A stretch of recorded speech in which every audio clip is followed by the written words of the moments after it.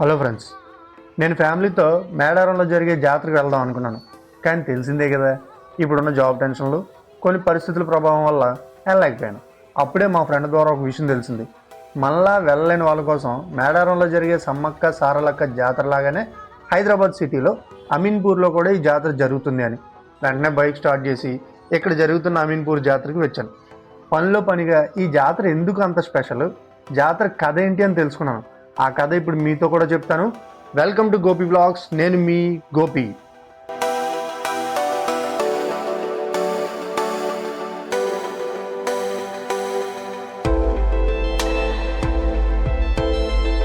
ఒక చిన్న promotional content అండి.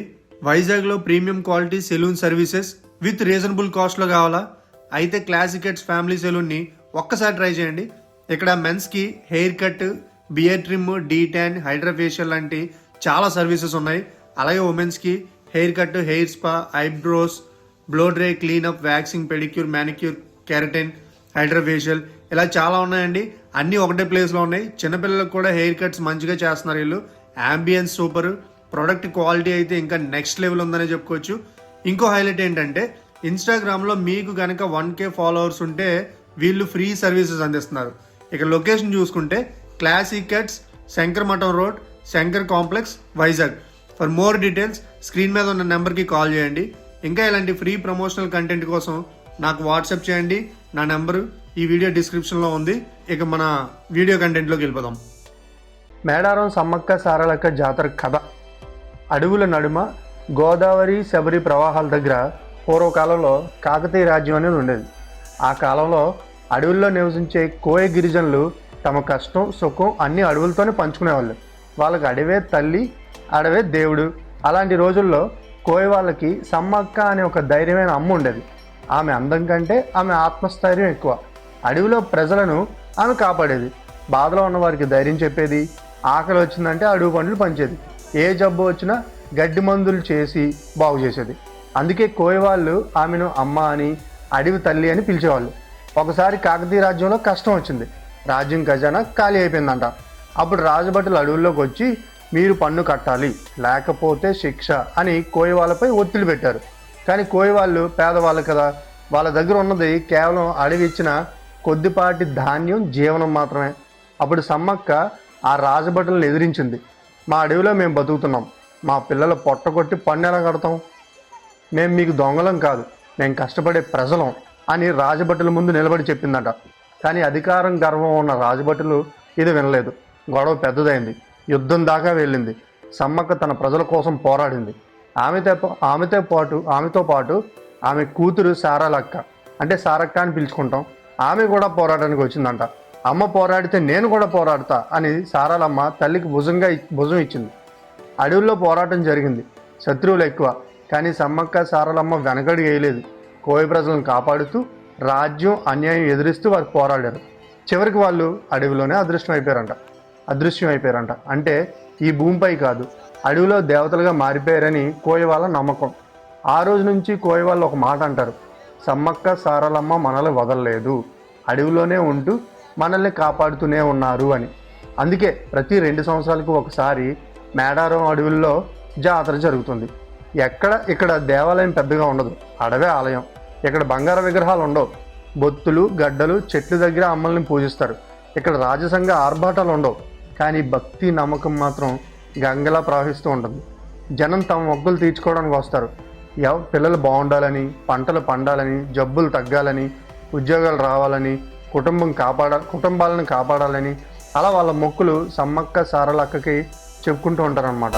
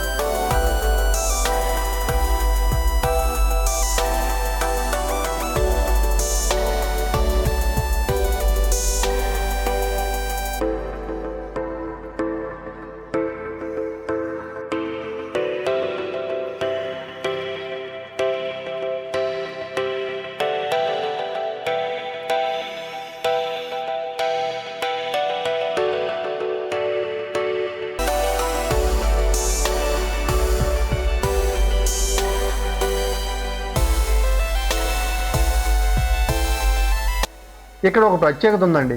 బెల్లం సమర్పిస్తారు. ఎందుకంటే బెల్లం అంటే తీపి మాత్రమే కాదు, బెల్లంని ఒక బంగారంతో సమానంగా నమ్ముతారు వీళ్ళు. అమ్మ ఆశీర్వాదం తీపిగా మన జీవితాల్లో ఉండాలనే సంకేతం కూడా వాళ్ళకు ఉంటుంది. సో జాతర అయ్యాక జనాలు తిరిగి వెళ్తారు, కానీ నమ్మకం మాత్రం అక్కడే ఉంటుంది. అమ్మ అడవిలో ఉంది, మన హృదయాల్లో ఉంది, మనల్ని కాపాడుతుంది అనే నమ్మకంతో అక్కడ ప్రజలు జీవిస్తూ ఉంటారు. సో అది ఫ్రెండ్స్ ఈ స్టోరీ చిన్నగా. మీకు నచ్చిందా? నచ్చితే లైక్ చేయండి, షేర్ చేయండి. మీరు కూడా జాతరకి వెళ్ళారా? మీ అనుభవాన్ని కామెంట్ బాక్స్లో చెప్పండి. మన ఛానల్ని ఇప్పుడే సబ్స్క్రైబ్ చేసి బెల్ ఐకాన్ ఆన్లో పెట్టేసేయండి. నేను మీ గోపి, సైనింగ్ ఆఫ్.